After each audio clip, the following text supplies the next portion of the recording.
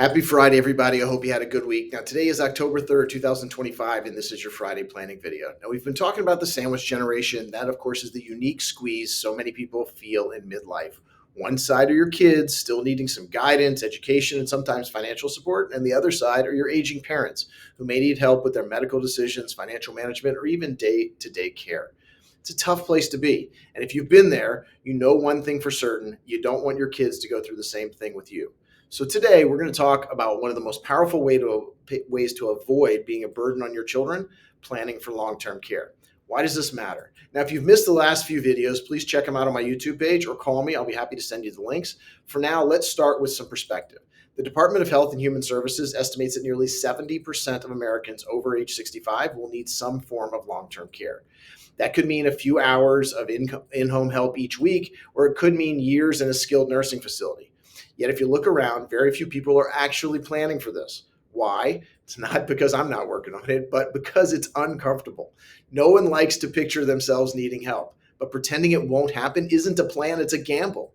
And when we gamble and lose, it's usually our children who end up paying the price. Let's debunk the myth of Medicare. Many people assume Medicare will cover long-term care. Unfortunately, that's a myth. Medicare covers short-term rehabilitation after a hospital stay, not ongoing custodial care. There are obviously some details here, but if you need help bathing, dressing, eating, or moving around, Medicare is not going to foot the bill, and certainly not for the long term. Medicaid does, but only once you've spent down most of your assets. In other words, you have to be nearly bankrupt. You have to nearly bankrupt yourself before you get to the Medicaid side. That leaves a huge gap, and without a plan, that gap is filled by family. What that burden looks like will vary from family to family, and I've seen this firsthand. A client's mother had no long-term care plan. When she needed help, the daughter, who already had teenagers at home, had to become the caregiver. She reduced her work hours, dipped into her savings, and spent her weekends managing appointments and bills. She loved her mom deeply, but the stress was crushing her. Now imagine that multiply across millions of families. That's the burden we're talking about, and it's preventable. What are some planning options? So let's review a few of them. First, there's traditional long-term care insurance. It works like health or auto insurance. You pay the premium, and if you need the care, the policy pays. There's more to it, especially when it comes to limits, but that is the gist of it.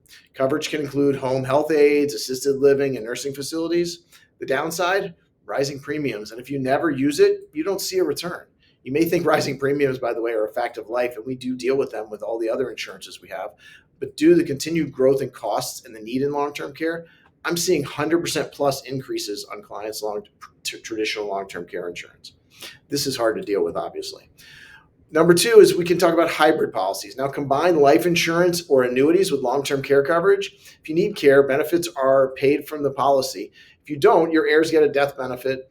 Providing flexibility and psychological reassurance, you're not wasting your premiums. These policies are the topic of one of my special education videos, so please check it out on my YouTube channel, or let me know and I'll send you that link as well. Number three, of course, there's always self-funding. Now, some families with significant assets choose to earmark a portion for care.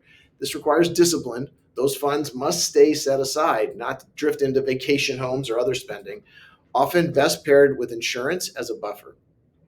I'll add that self-funding is best used when you have a fixed future cost. Since this is anything but fixed, we always give this a second and third look when it comes up.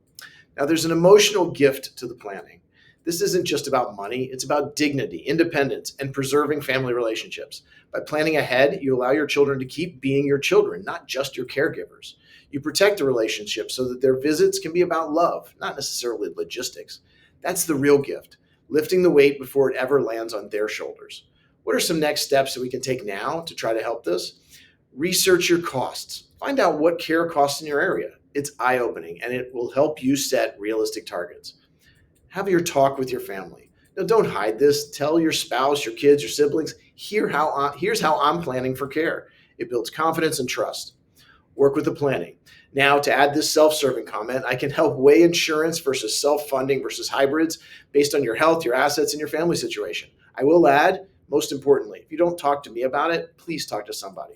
Now, for a closing thought today, planning for long-term care isn't pessimistic. It's a declaration of love. It's saying, I care enough about you to make sure that my future doesn't derail your future.